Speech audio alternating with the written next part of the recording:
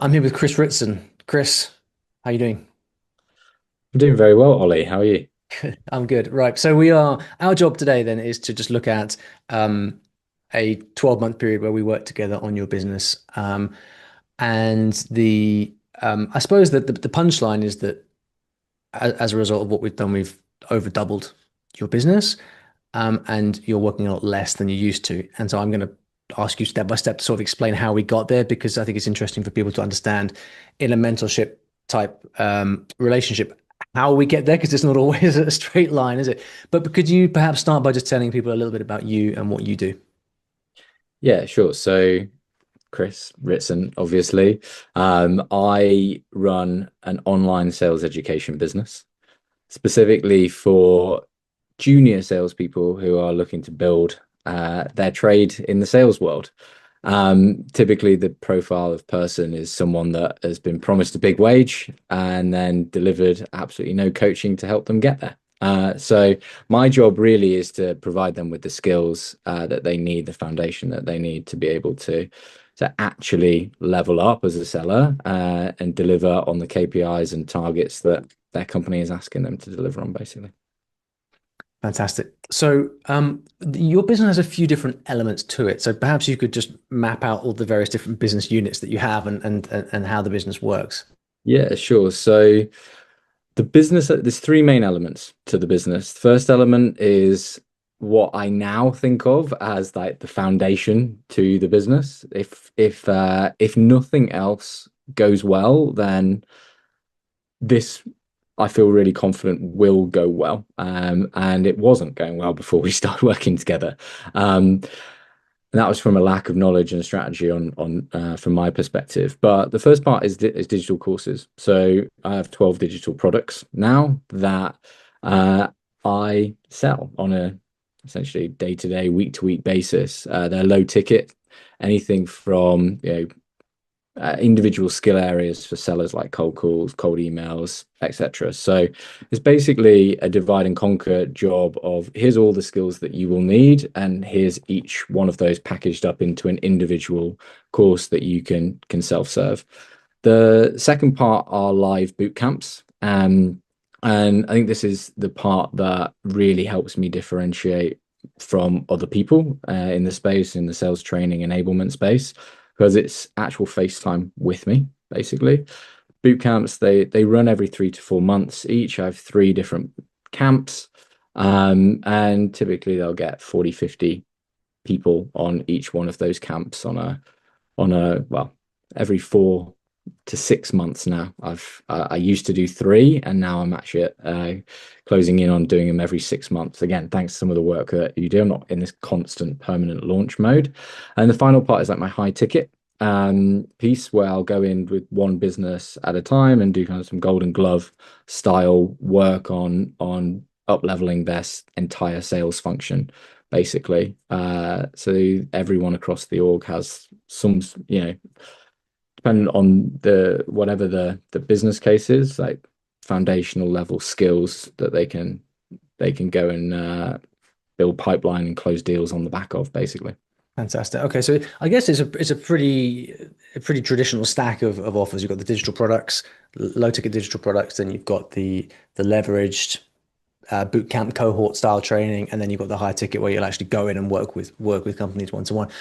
Um, Now, when we started, it wasn't like that. It was the balance of all these things was very different, wasn't it? So perhaps could you just characterize for us what's what the shift has been from where was the weight in the business before we started, and where did that end up at, and what impact has that had on I guess on you as the entrepreneur?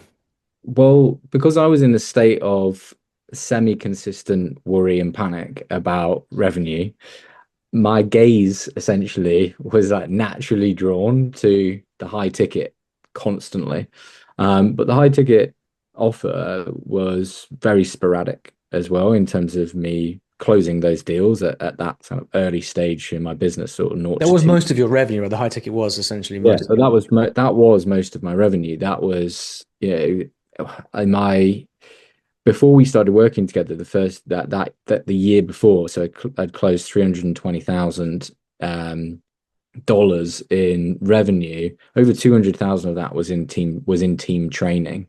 Well, more like over 240,000 was in team training. About 75% of it. But what that meant was that meant that I was constantly in a state of worry about closing a big deal, because that was the sole determinant of whether I had a good month or a good quarter or not within the business. I didn't have any, and there was nothing that was actually like consistent that I felt comfortable was going to be the bedrock or foundation. It could constantly be ticking over in the background that would allow me to get to a point where I could reinvest in the business as well, because I just didn't know when that next deal was going to happen ultimately. And that's very normal for a B2B environment. But what I needed to transition over to as well was creating a B2C elements to my business as well. I just had no idea how to do that because I'd always done B2B selling. So building out B2C, whether you've done B2B or not, doesn't matter. I think the B2C piece is completely different. And what we transitioned over or transitioned my focus to was refocusing my energy and my time on a day-to-day basis from chasing these bigger deals constantly to building the foundation of the business from the digital course and boot camps perspective, where I have a consistent, reliable source of revenue month over month, week over week now, actually, or even day over day. I can almost, obviously it fluctuates a bit, but almost, say, cool, if I get this many subscribers, here's how long it's going to take for them to convert into some revenue. So in 30 days time, probably get X amount of revenue from this work that I've done today. And that was cool. Whereas before I couldn't do anything. There was nothing like that in the business. There was no predictability at Yeah, all. and this was one of the things that we talked about early on, wasn't it? It was this idea that okay, you're already making really good money, but you were reliant on those high ticket deals coming through, and so and you expressed a desire to do less of that as well, right? Because Yeah. yeah. Yeah, because it was the reason why I actually set out to build the business in the first place was my son was born, and I used to work and travel all over the world, and I just didn't want to do that anymore. I wanted to build something for me and for the family, and something that was lifestyle first as a business as well. Um, I just didn't quite know how to get, but I didn't really know how to get there, basically. I and yeah, you end up in being in kind of that point in time where you're constantly between like, oh, is it lifestyle or do I chase the money? Is it lifestyle, chase the money? And you're almost kind of arguing with yourself for about 75% of your day as to Right. Yeah. what you actually do Yeah. or choose to do. Um, I felt like I'd done it relatively okay to make the business like profitable, but this for me was a decision of like, how do I take this to the next level? I could absolutely easily live on the money that it was making, but it was also, I thought there was a better way to do this without sacrificing all of my, you know, mental health to kind of in that pursuit and end up with a business. I was terrified of building a business that I didn't actually love, Yeah. and redirecting that kind of energy of not loving whatever it is that I've now got back to my family, right? Yeah. Because you take things home, of course you do. And this is a problem that a lot of, I mean, I guess we could almost characterize what you were doing before as a sort of solo consultant operation, right? Where Yeah, you're an expert in sales, you're now consulting big businesses and you're making good money doing it, but there's no leverage because it's still your time that's albeit highly paid, it's still your time involved in that. And so one of the what we've done to rebalance that is essentially create digital assets in the form of courses and boot camps that you can now sell on autopilot every day, which has given you that bedrock of passive or semi-passive income throughout the business. I mean, from my notes here, you've added, what are we looking at? About $100,000 of just straightforward low ticket course sales annually, which I'm guessing, knowing that that's there, is quite a shift from how things used to be. yeah, I think that it's definitely a massive shift from how things used to be, because I would go into every month on zero. And whilst I think that that was a good attitude for me to kind of have, it was humbling, right? Where you'd have a good month, you'd close a big deal, and then you're like, oh, okay, I'm back on zero, like back to the grind. And I almost needed to go through that in some ways, being able to start the month and say, hey, right, well, all of my expenses are already paid, the mortgage is paid, I don't have that stress. I just can focus that all of my attention essentially on what saying yes to the things that I really want to say yes to. Whereas before, I didn't feel like I had that choice. Right, I was always tempted by like, yeah, go on then, just and in the back of your mind you're taking on a project that isn't quite right, or you're working with someone who you really don't like, or whatever that is. Whereas now I have the ability to be able to turn around and say, hey, well, actually, do you know what? Like, for an extra little bit of revenue, the stress isn't worth it, or the time away from my son or daughter is not worth that time, or whatever that is. And that I think is worth, for me personally anyway, or for anyone I think who wants to build a lifestyle business, worth its weight in gold, to be able to get to that point. I feel like that's kind of the like that is the promised land, really. But again, I just go back to this point for me of like why I made the investment in the first place, because it was at that point it was like, I think we talked about it, was, I think it was like 20 something X the biggest investment that I'd ever Yeah, made you'd in. never spend more than $500 on the business or Yeah, something like that. something like that. Yeah, like that was like collectively, because I was, yeah, because you're in that like state where like, oh, like I don't deserve to spend anything on whatever because I haven't done, I'm not there yet.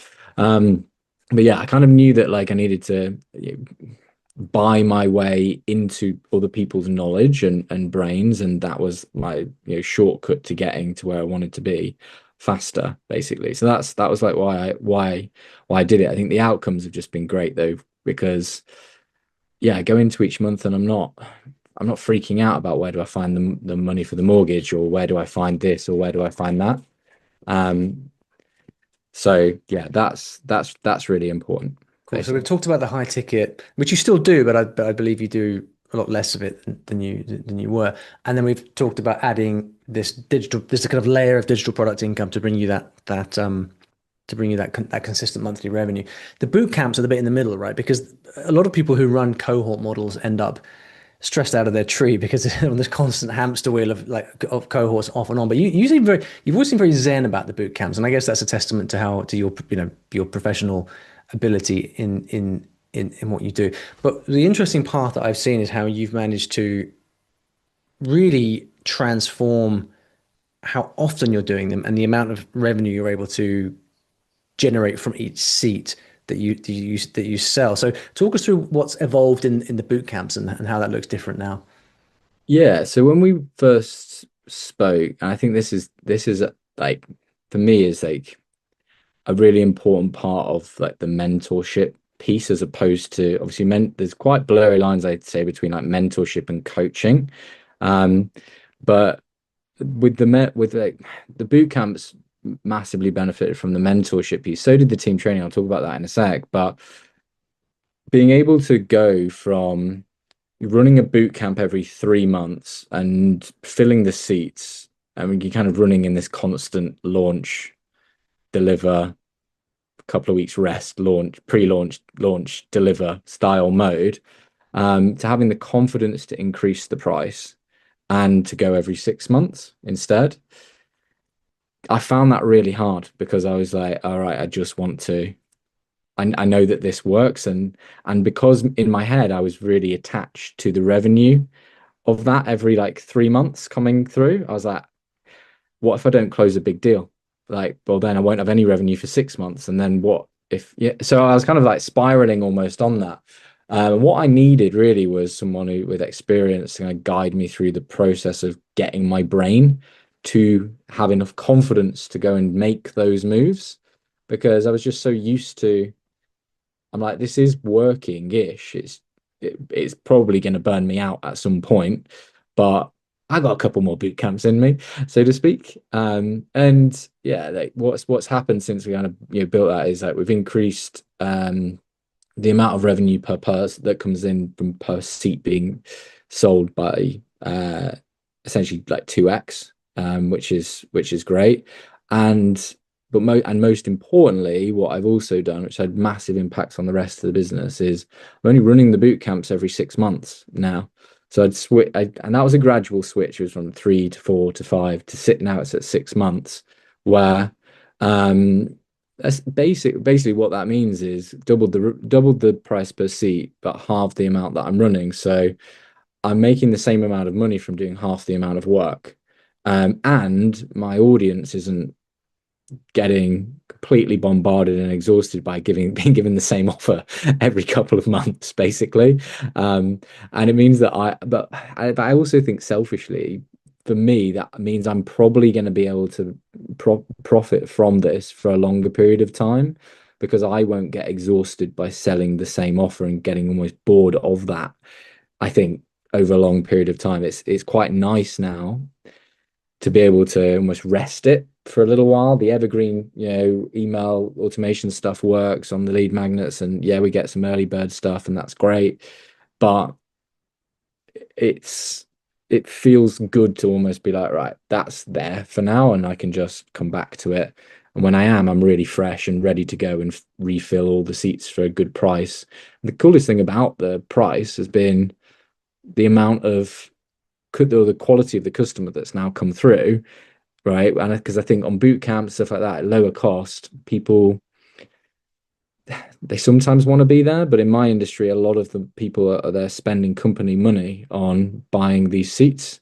So people who are really serious, they spend their own money and they spend lots of it, and then they turn up and they give it everything. Whereas like beforehand, when I was doing cheaper seats, yeah, they were 75% in, but you need people 100% in because otherwise they're not going to get the results, and then becomes a brand issue and stuff like that. So yeah, there was so many knock-on effects of this, but high level, half the work, same amount of money, which is great.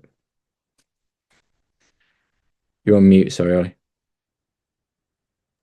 There you go, off mute. It's interesting how we often see these all these different business elements working together, right? So because people are often we're very fixated on pricing, and we're very sensitive to raising price and the impact that can have, the reaction that can get.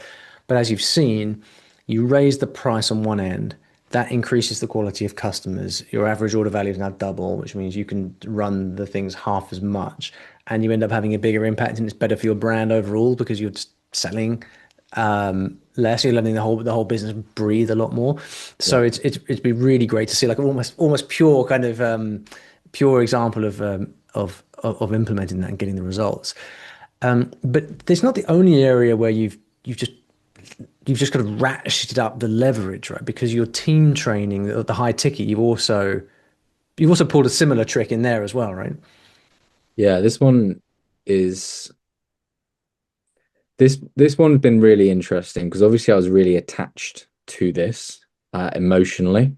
So like my journey with the team training has gone from I'm like 95% reliant on this in terms of my own personal view of whether I've had a good month or not. I'm also the sort of person that definitely beats myself quite hard on numbers. So I've gone from this like very like emotionally tied view and connection to that as a service to when we originally spoke, I couldn't quite believe or see myself getting to this point, but I am at this point where I'm now comfortable saying you're not quite the right fit, or do you know what? If you want a cheaper option, then here's a recommendation. Or if you are not someone I want to work with, I won't say the exact words I was thinking, but if you're not like in line with my values and how then I think that we should probably go our separate ways and someone else might be better for you to work alongside. Happy to intro again, right? I know I didn't think I was at this point where I was just saying yes to kind of every potential product and then or project, sorry, and then trying to make that fit into whatever I was semi trying to do at that point. Yeah. So I think what this has helped me with is two main things. One is that again, it goes back to the mentorship piece and just having more confidence in this is my value. And I think a lot of people that I speak to, entrepreneurs, struggle with this in the early days, is because you're new, you don't think you're very valuable to people because you're new and you haven't done much before. But then that almost works against you in so many ways, because you go into a lot of things without any sort of self-belief around pricing or your position, or what you will and what you won't take on. And I think that's it. That's been really, really, um, I think, freedom inducing for me, because I've also then been able to do a lot of projects that are not with people that I don't want to do them with. Yeah, but And that's a huge thing for me about being an entrepreneur in the first place, right? Was I don't want to work with people that I don't really want to work with. That's why I yeah, left the. it's also enabled you to be a lot more efficient in the training itself, right? Because my understanding is that your average order value has increased there as well, whilst also reducing the amount of time that you're actually spending on delivery. Yeah, so the average order value's gone up by like 30%. And I think that's related back to that confidence piece of saying, like, here's where I'm at, and if you want to go somewhere else, then you will get X service, but you'll get it for cheaper, and that's completely fine. But this is what I do, and if you want to work with me, this is what you need to pay, so to speak. Um, and I think the second part of that is then making sure that the work that I actually do, I'm not like over delivering, especially from a coaching and a training and teaching perspective. I often felt like I just need to give you more like sessions and workshops and stuff to make you feel, or make my customers feel like the product and the whole package was just like more, basically.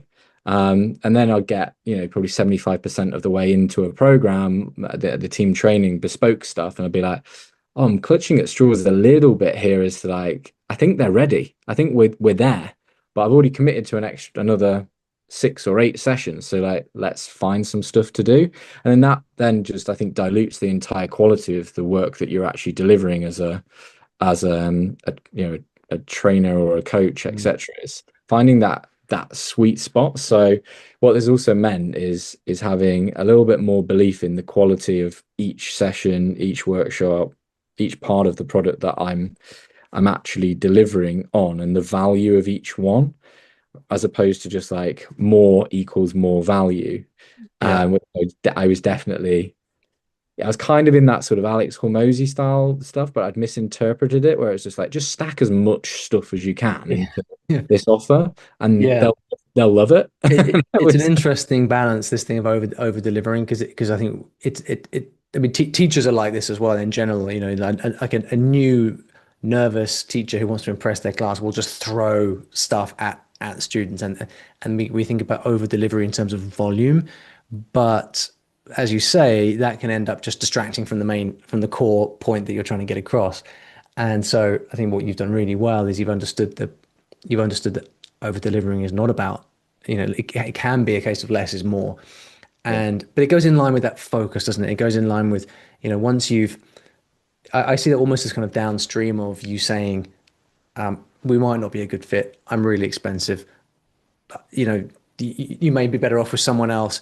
So that when someone does say yes under those circumstances, you now feel empowered to just deliver it in exactly the way that you want, without feeling the need to somehow compensate for for something.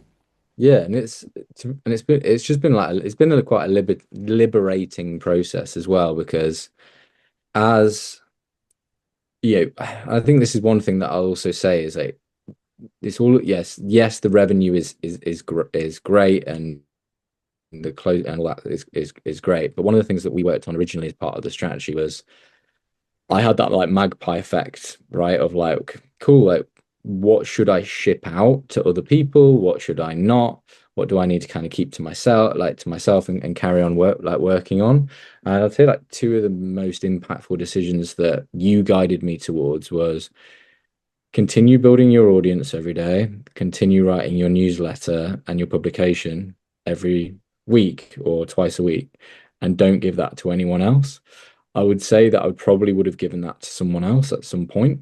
But I still do it them all myself today.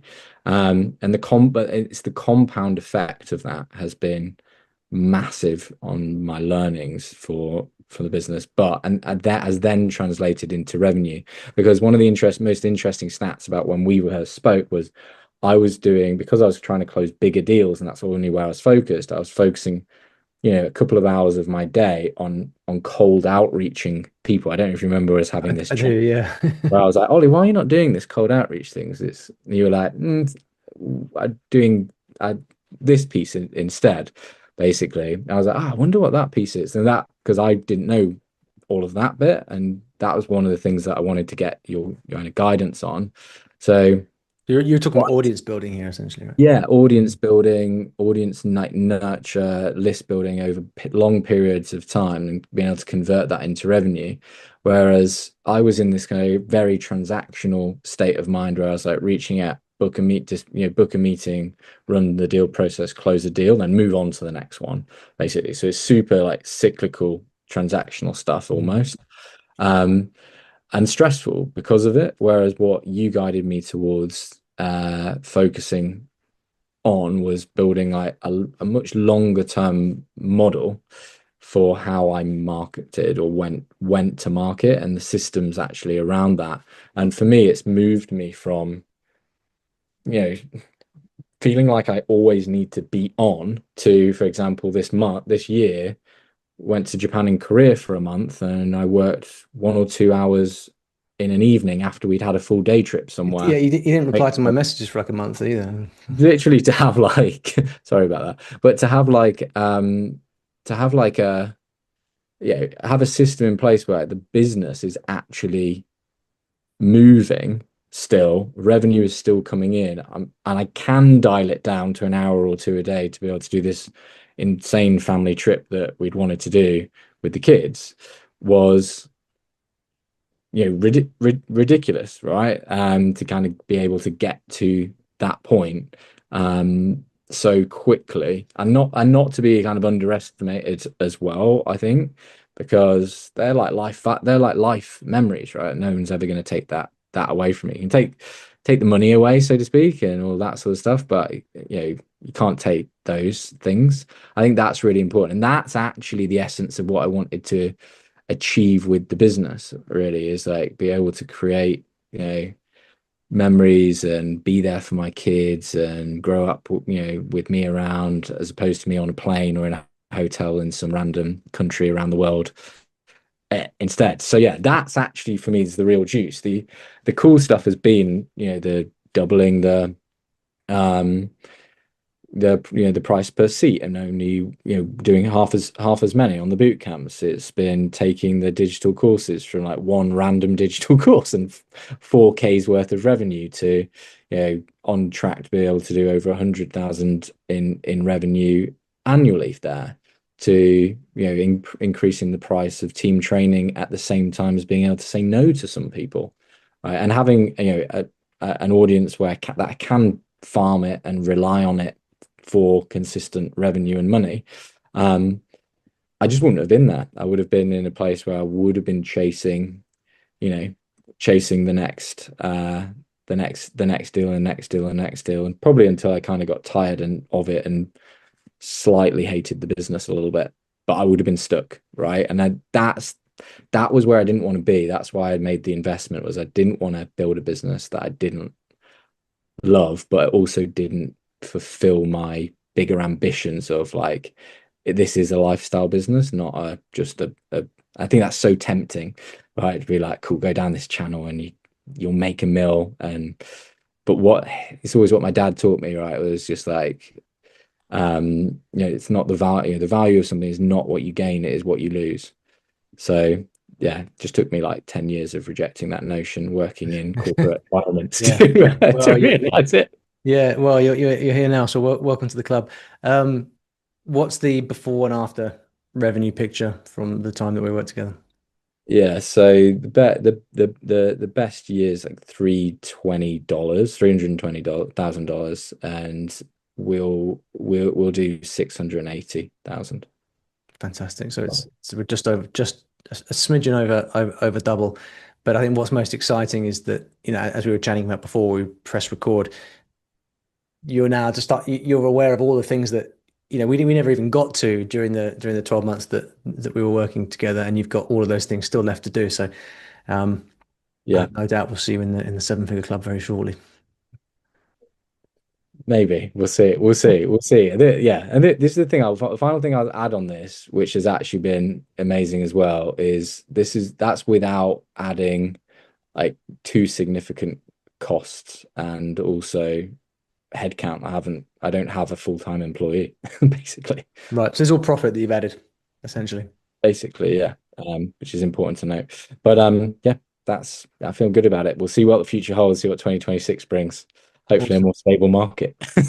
Well, thanks for that, Chris. I mean, I'm proud of everything that you've done, and of course, it is all on you at the end. And it's your all the work you've put into it. Where can people find you online? Find me online on LinkedIn. That's my social Where you channel. live? Yeah, basically. Thanks to you, I still live there. But yeah, just yeah, look me up, Chris Ritson, Ritson. And yeah, feel free to connect. Okay, man. Thank you very much.